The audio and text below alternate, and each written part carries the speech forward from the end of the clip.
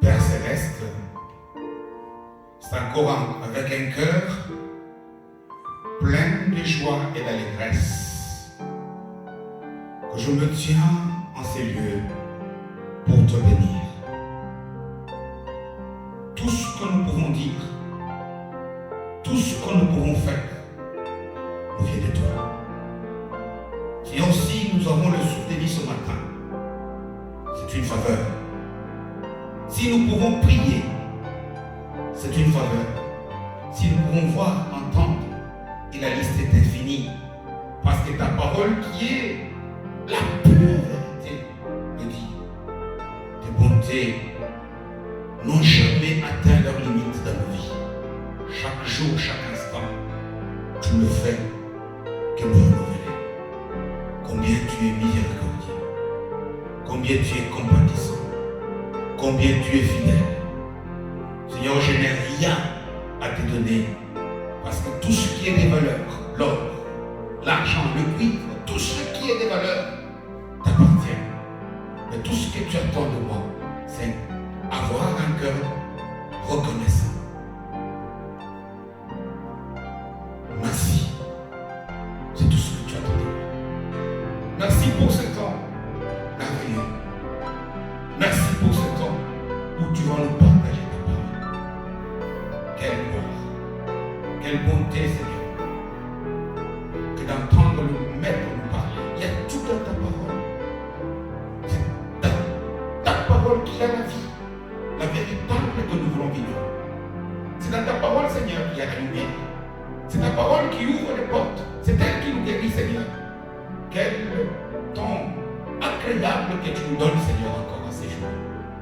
Alors nous voulons que tu nous parles, Seigneur. Voici devant toi.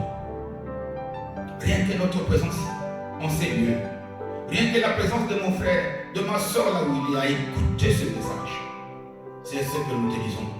Parle-nous, Seigneur. Dis un mot. Dis un mot qui nous donne la paix, un mot qui nous donne la joie. Le mot que nous attendons, parce que le véritable mot, Seigneur, qui solutionne des problèmes, ne peuvent venir que de toi. Tu nous dis, venez à moi, vous tous qui êtes fatigués et chargés, je vous donnerai du repos. Seigneur, nous avons besoin de ton repos à toi, et ta croix à toi. Nous voulons déposer au pied de la croix de Jésus tous nos fardeaux, Seigneur. Nous voulons déposer tous nos soucis. Toi qui as un projet pour que nous soyons dans la paix, pour que nous soyons dans la joie, Seigneur, accomplis ton œuvre. Tu dis dans ta parole qu'un jour dans tes parvis, je vais réduire ce temps, même d'un court instant, Seigneur, dans ton intimité, vaut mieux qu'une infinité de temps ailleurs. Et parce que tu nous as fait cette grâce, laisse que cette parole devienne la vérité dans ma vie. La vérité dans la vie de mon frère et de ma soeur. Et qu'en toutes choses, la gloire te revienne, toi Jésus, au siècle des siècles. Et c'est en ton nom, toi le puissant guerrier, toi qui n'as jamais perdu aucun combat, toi qui es assis sur le cheval de vainqueur, en ton nom que j'ai ainsi prié, en te disant, merci Seigneur Jésus. Amen. Gloire à Dieu. Bien mes frères et sœurs en Christ, bienvenue à notre partage de ce dimanche. Et que le Seigneur Jésus-Christ, lui qui a assis son trône,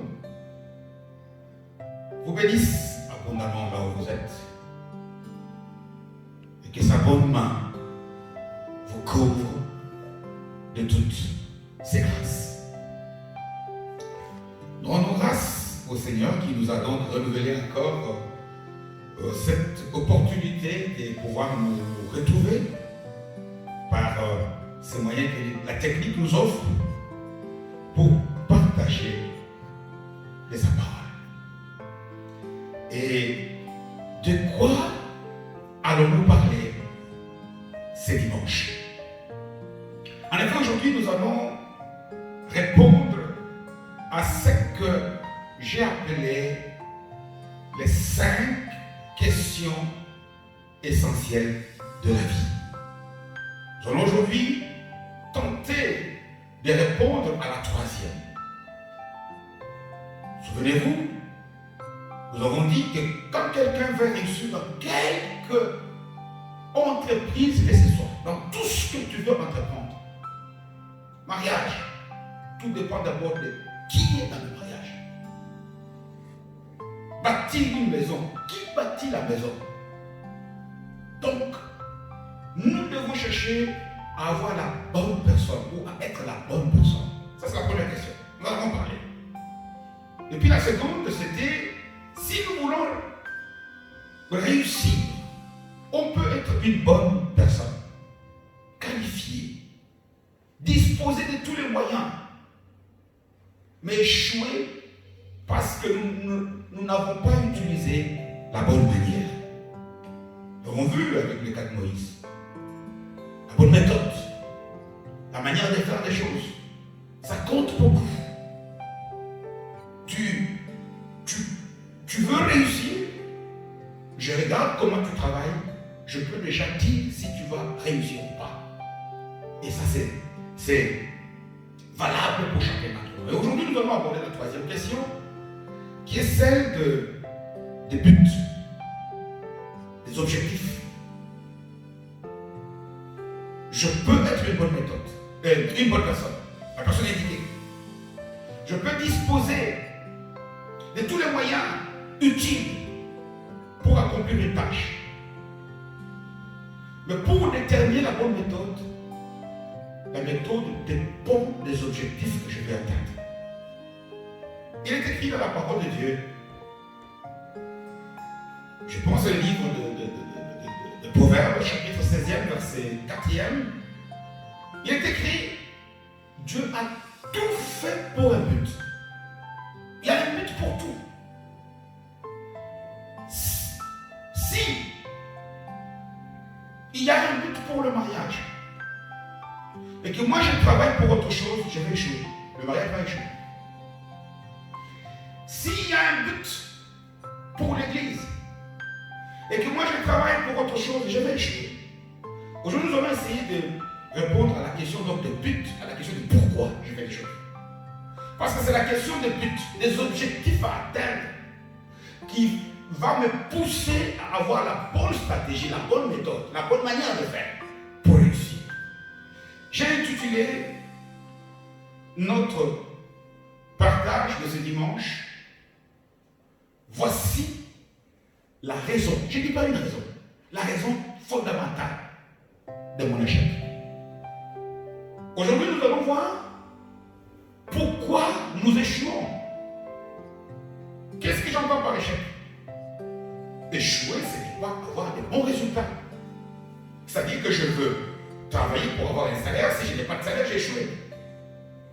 C'est-à-dire que je veux réussir mon mariage.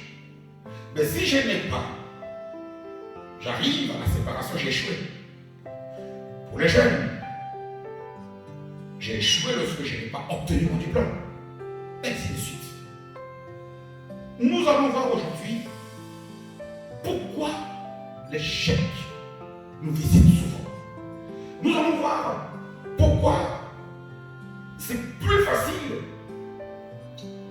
de ne pas atteindre ses objectifs. On peut bien être la personne indiquée. On peut travailler avec une méthode de génie. Mais si je me suis fixé des buts que je ne peux pas atteindre, je vais échouer.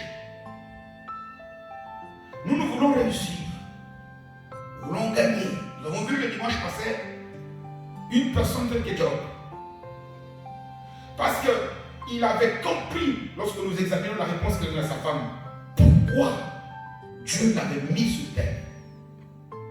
Le tout dernier verset, les deux derniers versets d'ailleurs de son du dernier chapitre de ce livre, chapitre 42, versets 16 et 17, on dit que Job a vécu longtemps, plus de 140 ans.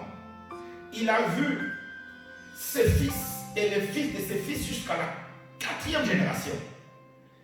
Et il est mort rassasié de joie. Nous voulons nous aussi chacun. C'est ça ce qu'on appelle le succès. C'est ça la réussite. C'est ça gagner. C'est que lorsque je m'attends à avoir quelque chose, Dieu permet que je puisse l'avoir. Nous allons donc, lorsque examiner cette question, mais ici je tiens d'abord à préciser une chose. Quand je dis que nous voulons connaître le succès, nous voulons réussir, nous voulons éviter l'échec, cela ne veut pas dire que nous n'allons pas rencontrer, comment dirais-je, les oppositions, l'adversité. Non. Nous vivons dans un monde infecté de toutes sortes de bêtes sauvages et en plus affamées. Nous vivons dans un monde où il y a beaucoup d'injustices. Nous vivons dans un monde où il y a des caïmans, où il y a des alligators, où il y a des lions affamés qui rôdent et qui cherchent leur proie. La diversité, on l'aura toujours. Job, chapitre 14e, verset 1er, on dit « La vie de toute personne née d'une femme est courte et sans cesse agitée. » Nous allons toujours avoir de la souffrance. Nous allons toujours avoir des difficultés, des montagnes à affronter, des déserts à traverser, des tempêtes à calmer. Mais maintenant, ce que nous voulons voir ici, c'est que malgré les tempêtes, comment atteindre nos objectifs? Comment aller et arriver là où nous voulons atteindre? Comment tout ce que nous commençons arrive à avoir des résultats profitables? Jésus a dit dans l'évangile selon Saint Jean, chapitre 16e, verset 33e, il dit « Je vous dis ces choses afin que vous sachiez que vous aurez des tribulations. » Quand on parle de tribulations, ce n'est pas de la petite souffrance. Tribulation, c'est des calamités terribles qui font mal. Mais il dit, moi je vous donne ma parole, afin que cette parole-là puisse vous donner la révélation que j'ai vécu sur la croix toutes ces calamités, résister. Je l'ai dit avec mes mots, résister. Et le succès va vous accompagner. Pour répondre à cette question, nous allons essayer de l'appliquer au cas de l'Église.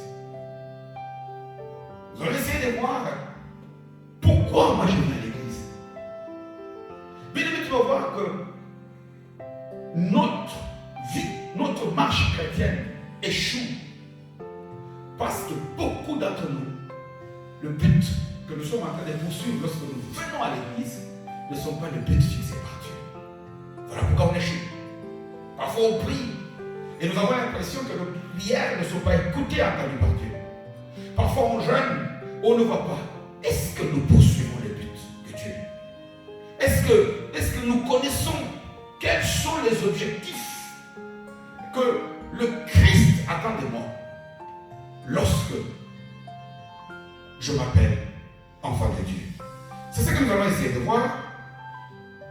Mais avant toute chose, je vous invite de pouvoir tourner avec moi dans l'épître de l'apôtre Paul aux Romains, à son chapitre 8e.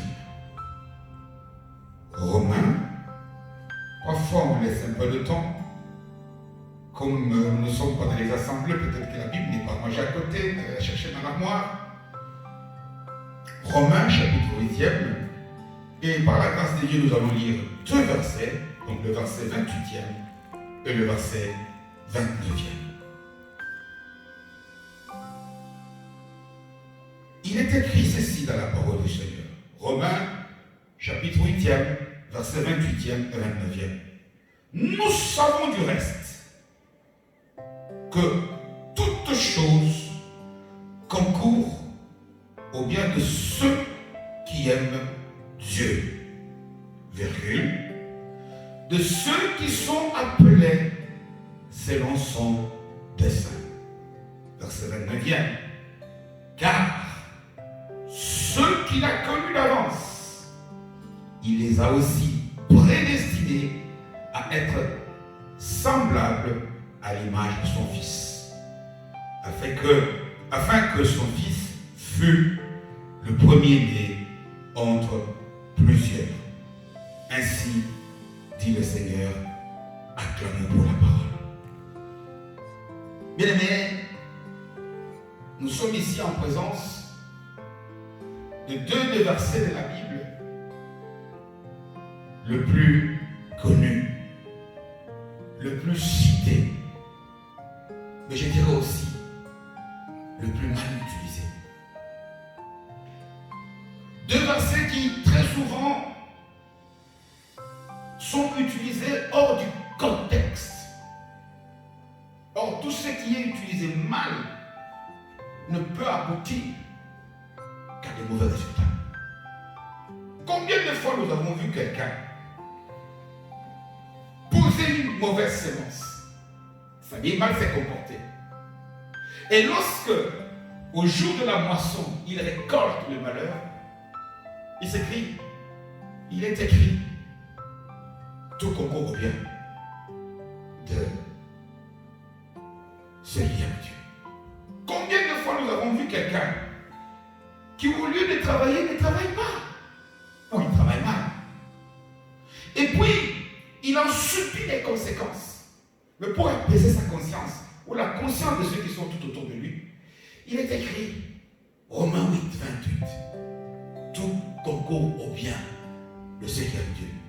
Bien aimé, ce passage est un verset capital que nous ne devons pas sortir de son sens, que nous ne devons pas essayer de diminuer, que nous ne devons pas essayer de compromettre, de dégrader, que on subit la conséquence difficile, dure, je traverse le désert parce que je m'agis. Et puis pour me calmer, tout concourt.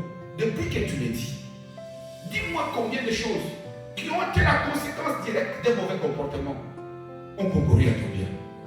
Ça n'est pas vrai. Il est écrit ici, lorsque nous essayons d'ouvrir, d'essayer d'ouvrir un peu ces deux versets, il n'y en a pas beaucoup, pour aller dans le cœur, essayer de puiser la révélation de la pensée divine. Nous allons remarquer qu'on aura très souvent peur de citer ces deux passages.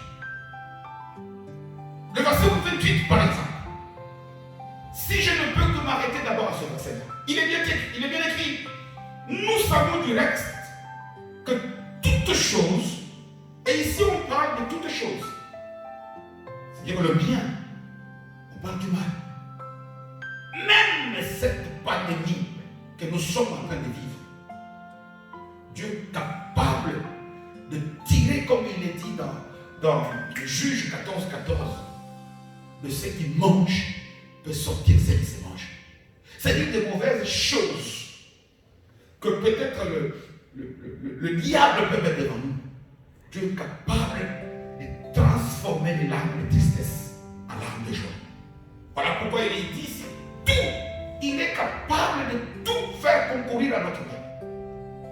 Mais le passage ne s'arrête pas là. Le passage continue, il dit tout concourt au bien de qui? Il ne dit pas tout concourt au bien de ceux qui fréquentent les assemblées. Ça n'est pas vrai. Il ne dit pas ici tout concourt au bien de ceux qui récitent ces passages. Ça n'est pas vrai. Il n'a pas dit tout concourt au bien de prédicateurs, de pasteurs, des archevêques, des bishops, de tout. Non. Le passage est clair. Nous savons du reste que toutes choses, c'est-à-dire des choses bonnes comme des choses mauvaises, concourent au bien, mais pas au bien de n'importe qui. Il dit d'abord au bien de ceux qui aiment Dieu. Voilà la première question que je dois me poser. Est-ce que j'aime Dieu? Moi, lorsque tu évoques ce passage, est-ce que tu aimes Dieu? Est-ce que réellement tu peux dire dire que toi tu aimes Dieu. Aimer Dieu c'est quoi? Aimer Dieu, est-ce que c'est citer le verset? Aimer Dieu, vous savez, il n'y a rien. Vous vous souvenez dans les évangiles, Matthieu en parle, je pense Matthieu 22, Marc en parle aussi, entre autres Matthieu 12. Lorsque les chefs religieux posent la question au Seigneur, il lui dit que tous les commandements qu'il y a dans la Bible, c'est pour vous. Donne-nous un. Jésus dit, tu aimeras ton Dieu de tout ton cœur, de toute ton âme et de toute ta pensée. Donc l'amour est la clé de tout. C'est-à-dire que si tu veux que tout ce que Jésus a dit, toutes les promesses qu'il a faites aux gens, aux humains, puissent devenir ton héritage, d'abord tu dois savoir si tu es dans une relation d'amour avec lui. Et c'est quoi aimer Dieu? Comme il est dit ici. Aimer Dieu, c'est lui-même Jésus qui le définit notamment dans l'évangile des Jean, chapitre 14e, verset 15e. Qu'est-ce qu'il nous dit? Aimer Dieu, c'est garder ses commandements. Aimer Dieu, ça ne dit pas tout simplement prier. Si tu pries chaque jour, 24 heures sur 24, et tu ne gardes pas les commandements, tu n'aimes pas Dieu. Parce que, vous savez, Jésus parfois il dit des choses que beaucoup seront surpris. Matthieu 7, verset 22. À la fin du temps, beaucoup de gens diront, Seigneur, moi j'ai gagné, j'ai prophétisé de ta part. J'ai guéri des malades, j'ai accompli des miracles. Mais ce n'est pas ça. Il ne dit pas que la relation qui doit nous unir avec le Seigneur ne soit que la relation pour opérer des miracles. Non, ça ne peut qu'être une relation d'amour. Et lui-même définit l'amour d'un humain envers Jésus, c'est garder ce qu'il a dit. Voilà pourquoi lorsque par exemple nous lisons les lettres adressées aux églises dans le livre d'Apocalypse, au chapitre 3e, quand il parle d'une petite église, c'est l'église de Philadelphie. C'est la plus petite de toutes, calée entre deux églises grandes, celle de la Odyssée et celle, je pense, de Sardes, si je ne me trompe pas. Mais une petite. C'est la seule église qui n'a reçu que des éloges de la part du Seigneur. Il dit, tu as peu de puissance. Tu as pu résister aux gens de la synagogue de Satan. Mais surtout, il dit, tu n'as pas renié mon nom. Tu as gardé ma parole. Alors il dit, regarde, j'ai mis devant toi une porte que personne ne peut fermer.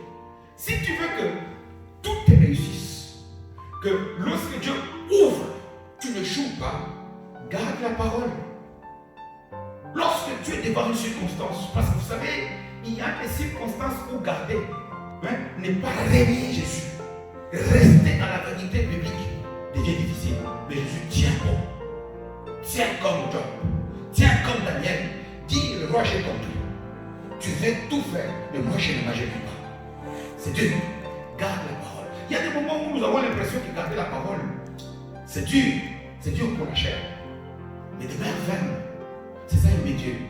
Si toi tu veux que Romains 8, 28 soit un passage pour toi, que Dieu puisse tout faire concourir, transforme même le mal comme un escalier qui fait que tu puisses monter aller vers le sommet. Aime Dieu. Et aimer Dieu, c'est bien de venir à l'église, de donner ses offrandes, ça dit. C'est bien de prophétiser, de prendre des miracles, de faire tomber les gens, c'est bien. Mais c'est mieux, en toutes circonstances, quels que soient les vents et marées, ne pas renier Jésus, demeurer ferme, garder la parole. Mais il ajoute, il se limite pas. Il dit, le verset dit, Dieu fait tout concourir au bien de ceux qu'il aime. Et puis il met une virgule. Vous savez, le signe de ponctuation virgule peut être facilement remplacé par ce qu'on dit en français, c'est-à-dire. C'est-à-dire quoi? Voilà pourquoi il continue, il dit, tout concourt au bien de ceux qui aiment Dieu et de ceux qui sont appelés appeler Seigneur son dessein. Tu peux remplacer le mot dessein par ses buts. Ça voudrait dire ici que Dieu a des buts. C'est bien de vouloir faire des choses. Mais est-ce que le but que tu es en train de poursuivre est celui de Dieu? Bien aimé, combien de fois nous avons vu des gens remplir les églises parce que tout simplement ils veulent trouver un fiancé, une fiancée. Combien de fois on peut trouver un bon fiancé, une bonne fiancée à l'église, mais ce n'est pas ça le but de l'église. Si tu es venu pour ça, tu attends encore longtemps. Que je sais que tu es en train de voir que ce que j'ai dit ici, ça n'est pas moi, c'est la vérité de la parole. Parce que le but pour lequel Jésus a institué son église, ce n'est pas d'aller à l'église pour pouvoir avoir des bons mariages. Ça n'est pas vrai. Ça sont des conséquences qui sont utiles. On peut trouver un bon mari, une bonne femme à l'église. On peut venir à l'église parce qu'on veut trouver la guérison à une maladie. Mais ce n'est pas ça le but principal. Nous sommes ici en train d'analyser la cause de l'échec. C'est travailler. On peut être une bonne personne. On peut avoir une bonne méthode. Mais si on ne travaille pas principalement pour le but de la chose, on va échouer. Combien de fois les gens font semblant d'être partis quelque part parce qu'ils veulent. Il vient chez toi, il donne en apparence comme il est venu parce qu'il t'aime. Mais or, son but c'est pour te flatter. Tu ne réussiras pas parce que tu as détourné l'entreprise que tu es en train de faire de ses propres objectifs. On dit ici, Jésus fait tout concourir au bien de ceux qu'il aime. C'est qui qu'il aime? C'est celui qui, quelles que soient les circonstances, ne renie pas Jésus. C'est-à-dire, reste dans les principes de Jésus. Vous savez, il est écrit que Dieu nous a créés à son image et à sa ressemblance. Genèse chapitre 1er, versets 26 et 27. Et ça voudrait dire quoi? Nous allons le voir dans la suite. Donc, il est très important de garder la parole. C'est-à-dire que parce que c'est au travers de toi et de moi que le monde verra Jésus. Jésus est rentré dans sa gloire. Il vit maintenant dans nos cœurs. C'est au travers de, si nous ne sommes pas capables, on dit que c'est de l'abondance du cœur. C'est-à-dire que tout ce que nous avons, tout ce que nous pouvons donner comme aspect extérieur ne peut être que ce qui est l'expression de ce qui est enfoui en nous. Mais si réellement toi tu portes Jésus, tu as ses commandements en toi, comment ta nature extérieure est-elle différente? Comment est-ce qu'on ne peut pas reconnaître lorsqu'on te voit, même dans ta façon de rire, de t'asseoir, on dit, ça c'est Jésus. Comment on ne peut pas le voir? Nous devons comprendre et que toutes les circonstances, il n'y a rien qui peut dépasser Jésus. Jésus est capable d'user de tout ce que tu es en train de vivre pour le moment. Pour que ce soit des marchepieds qui te conduisent vers ton succès et ta victoire et ta réussite. Je ne sais pas dans quelle situation tu vis maintenant. Peut-être une crise terrible. Que ce soit sur le plan de la santé, sur le plan des finances. La vie ne marche pas. Tu as l'impression d'avoir beaucoup d'ennemis partout où tu passes. Tout ce que tu fais même en bien, les gens te prennent mal. Les gens t'interprètent mal. C'est rien. Aime Jésus. Il va tout faire concourir à ton bien. Aime tout simplement Jésus. Aimez Jésus, je le dis, je le répète. Lisons le chapitre 14e de l'évangile de Jean. Le disciple, l'apôtre que Jésus aimait, c'est lui qui avait souvent le cœur, ça c'est l'image, son oreille posée sur le cœur de Jésus, pour savoir qu'est-ce qu'il fait, pour entendre les battements de son cœur, et pour que dans sa vie, il ne puisse que reproduire ce que Jésus veut qu'il puisse reproduire. Donc, nous disions donc que le verset 28 ne s'applique pas à n'importe qui. Il s'applique aux amoureux de Jésus. Première condition. Et puis, c'est qui l'amoureux de Jésus? Celui qui garde ses paroles. Mais aussi, il s'applique aux amoureux de Jésus qui travaillent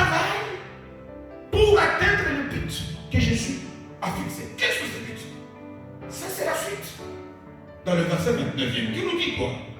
Le verset 29e, il est bien écrit. Car ceux qu'il a connus d'avance, il les a aussi prédestinés à être semblables à l'image de son Fils. Voilà le but pour lequel Jésus t'appelle de venir à l'église. Voilà pourquoi il appelle l'église un centre de perfectionnement de saints. Bien aimé, beaucoup d'entre nous, nous n'avons jamais tenté de savoir pourquoi est-ce que Jésus est venu. Il a vécu, il a fait 3 ans des ministères, il a accompli beaucoup de miracles, il est mort, il est ressuscité. Il nous a sauvés, nous qui croyons en son œuvre achevée. Mais pourquoi ne nous a-t-il pas emportés? Pourquoi nous a-t-il laissés sur terre? Mais c'est parce que par toi et par moi, c'est par là que Jésus va passer pour que l'évangile puisse atteindre les extrémités de la terre. Voilà pourquoi Paul dira aux Romains, mais comment les gens peuvent-ils arriver à connaître Jésus s'il n'y a pas de gens qui présentent Jésus? Voilà pourquoi il est écrit que Jésus, Dieu nous a créés à son image. Quand on utilise en français l'expression son image, cela veut tout simplement dire agir comme. C'est-à-dire que quand on regarde un enfant, une fille, on dit mais ça c'est l'image de son père tout craché. Pourtant moi je suis un homme et elle est fille. Mais on veut tout simplement dire qu'elle agit comme son père.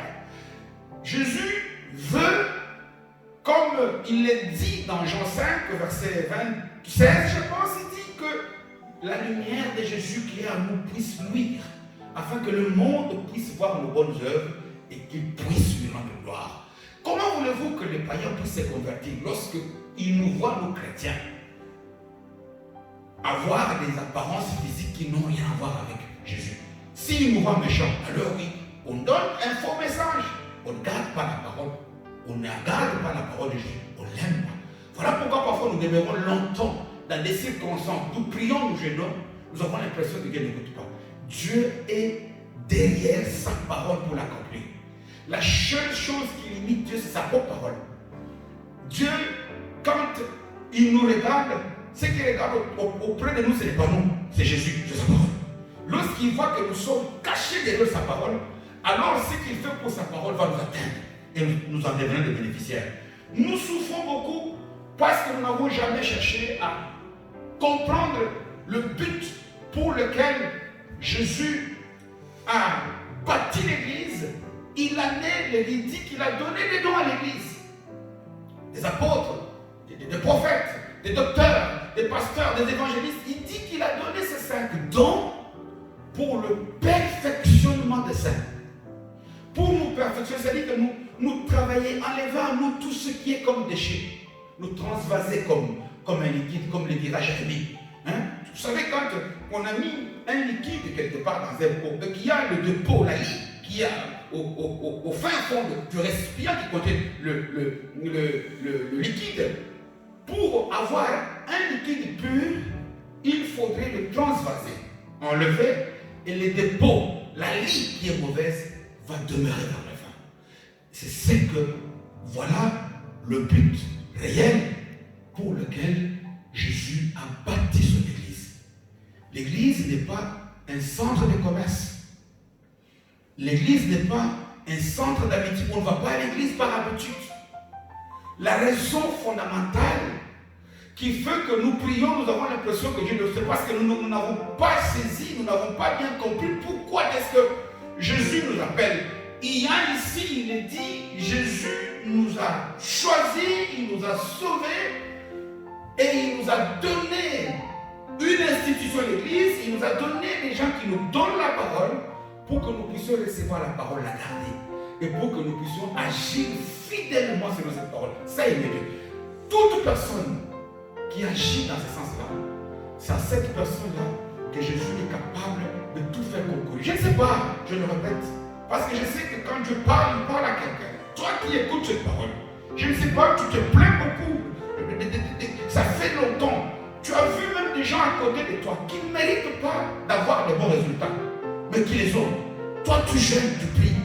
Mais est-ce que tu te laisses, par la parole de Dieu, être taillé pour devenir l'image de Jésus. C'est ça le but de l'église. Ce n'est pas, le but de l'église, ce n'est pas pour prêcher, pour chanter, pour même recevoir des miracles. Et la plupart d'entre nous, par ignorance, voilà pourquoi l'église est devenue faible. L'église qui est censée être le sel de la terre. Les ambassadeurs de Christ. Un ambassadeur représente les intérêts dans son état, dans un état étranger. Nous ne sommes pas de la terre. C'est Jésus qui l'a dit dans Jean 17.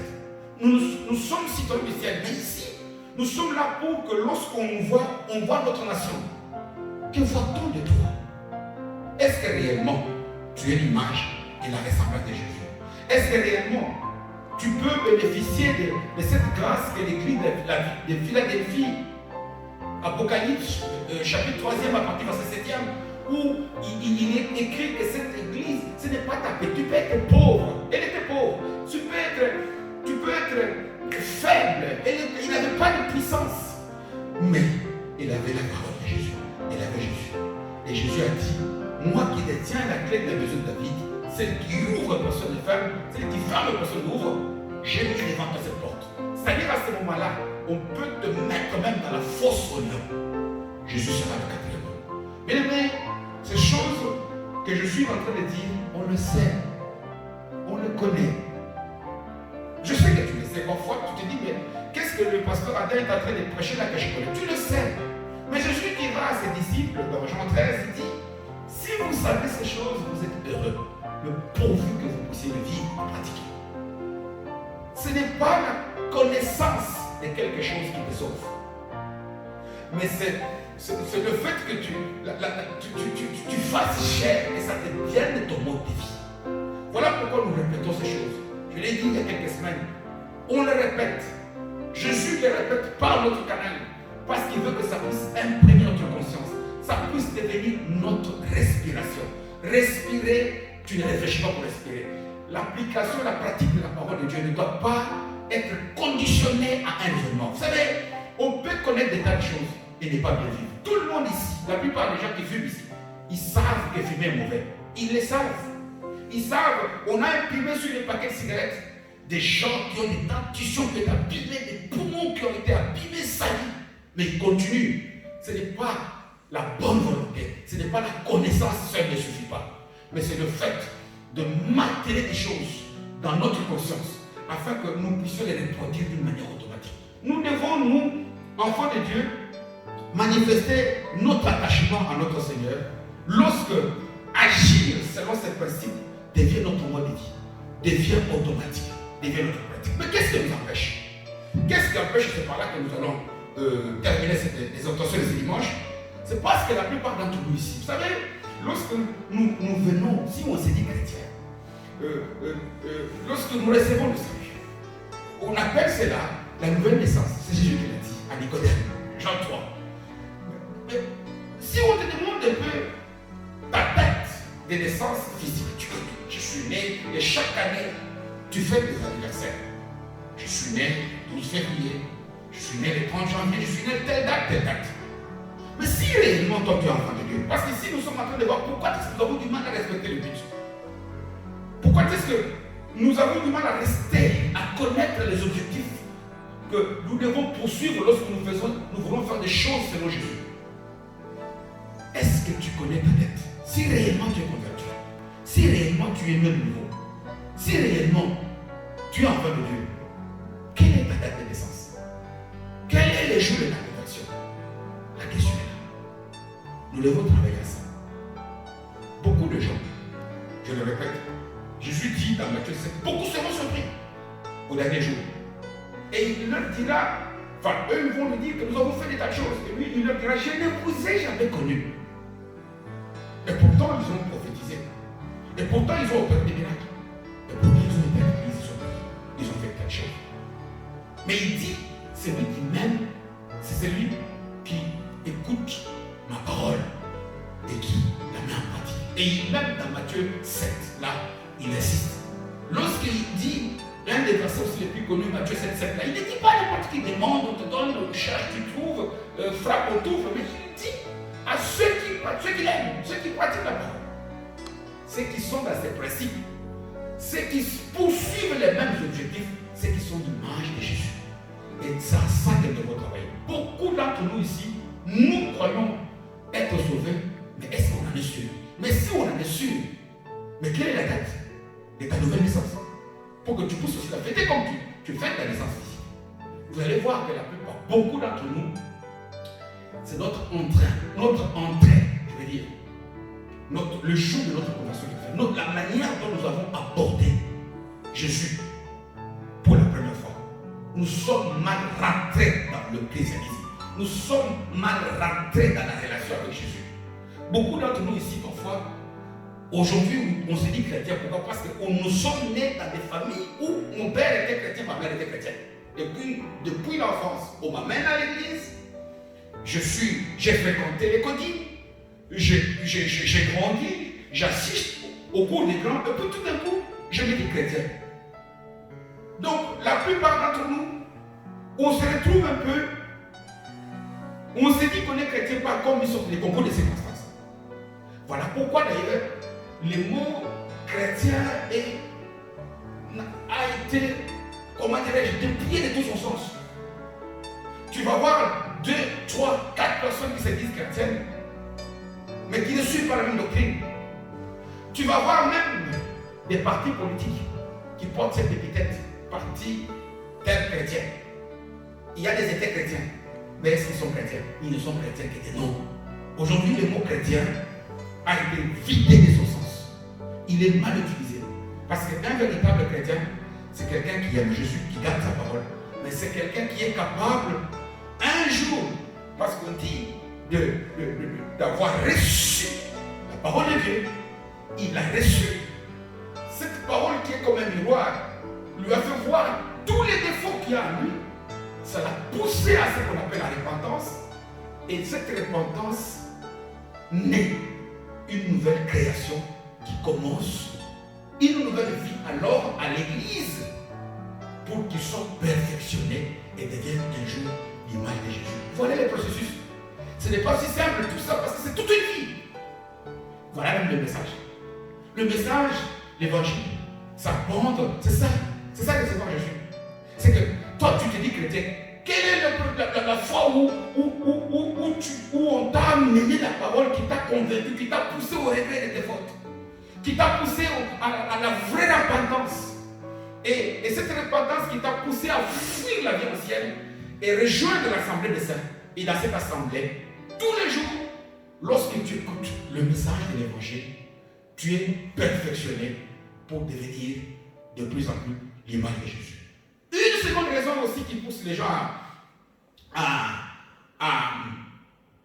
ne pas être sûrs s'ils sont convertis ou pas, c'est beaucoup de gens sont devenus chrétiens pour des mauvais mobiles.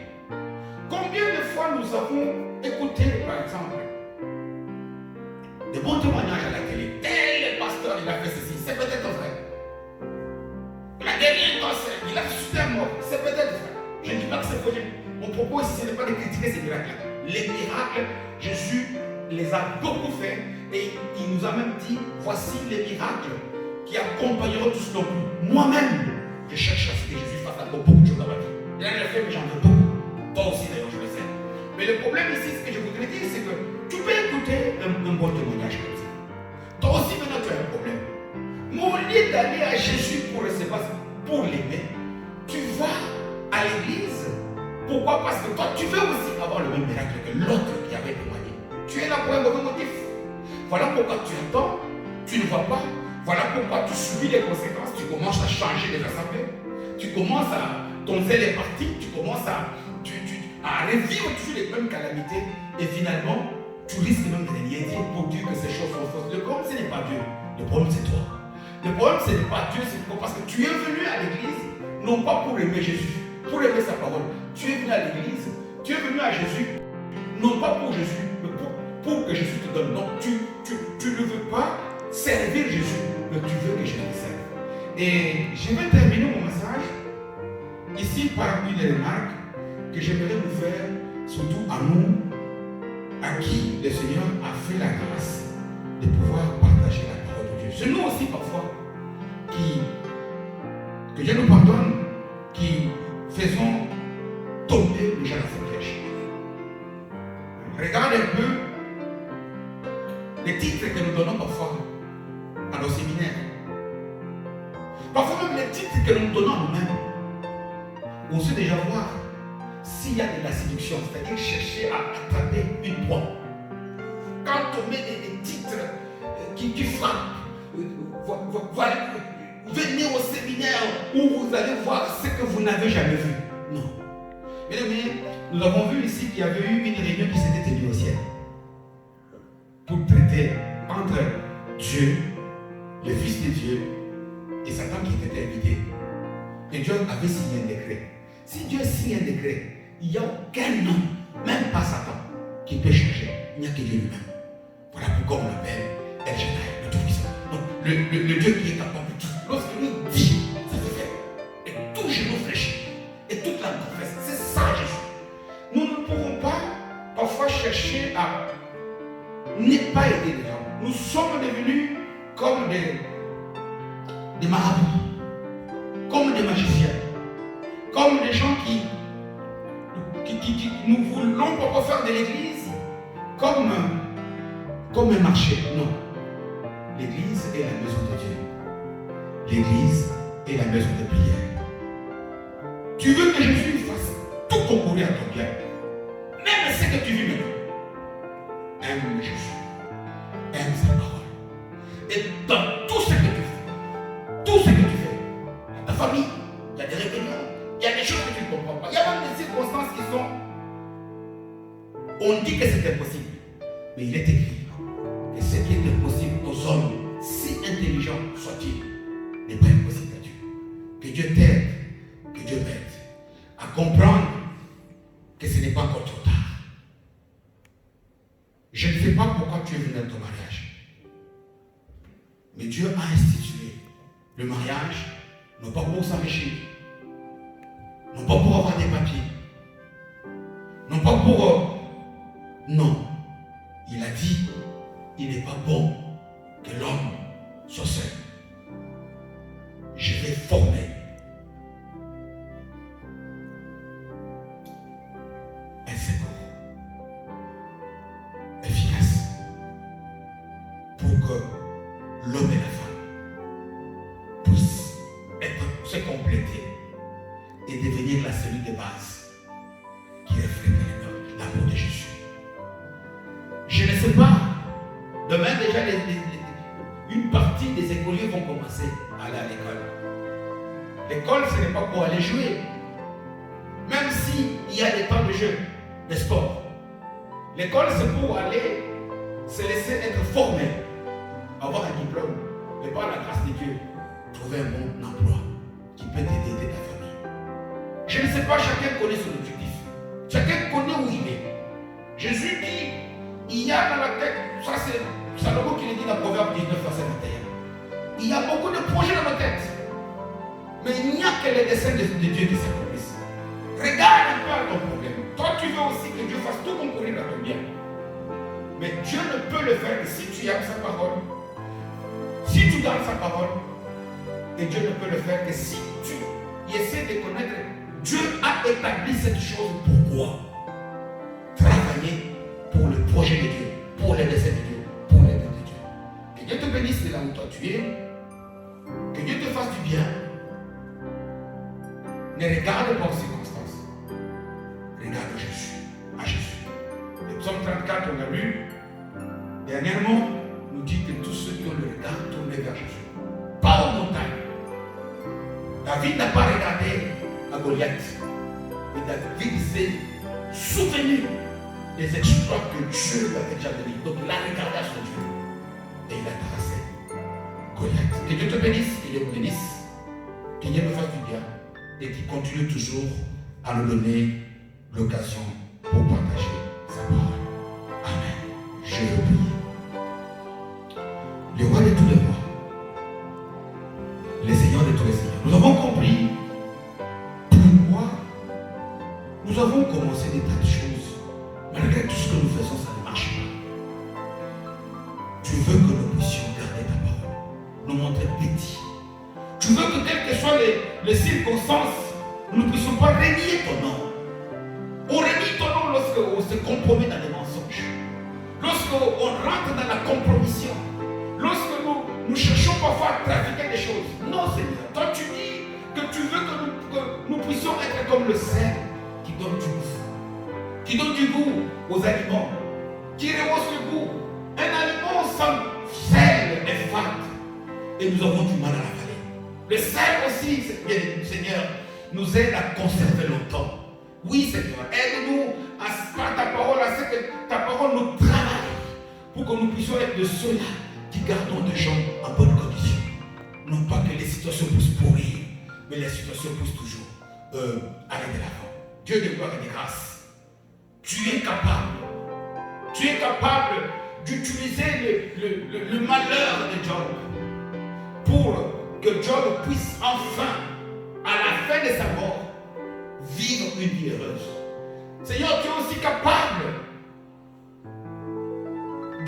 d'utiliser les circonstances qu'avait traversé la personne comme Joseph. Parce qu'il a gardé ta parole. Parce qu'il est resté fidèle à tes principes. Seigneur, tu as élevé cet homme. Tu n'as pas changé. Hébreux 13:8 le dit. Tu es le même hier, aujourd'hui, éternellement. Seigneur, ce que tu as fait hier pour Paul, ce que tu as fait pour David, ce que tu as fait pour Abraham, je sais que tu vas le faire pour moi aujourd'hui. Je sais que tu vas le faire pour mon frère et pour ma soeur. Seigneur, nous savons que tu vas le faire parce que nous avons compris ta parole. Dorénavant, notre focus sera placé sur la recherche de ta parole. Notre focus, c'est chercher à connaître tes desseins, ton objectif. Faire des choses comme toi tu aurais pu le faire. Parce que tu nous as créés à ton image. Parce que tu veux que nous puissions agir comme toi. Comme lorsqu'on nous voit. Comme Jésus nous dit, celui qui a vu, qui m'a vu, il a vu le Père. Jésus toi aussi, tu veux que les hommes du monde disent, celui qui m'a vu, ont vu Jésus. Merci Seigneur. Demain déjà commence un nouveau cycle de confinement.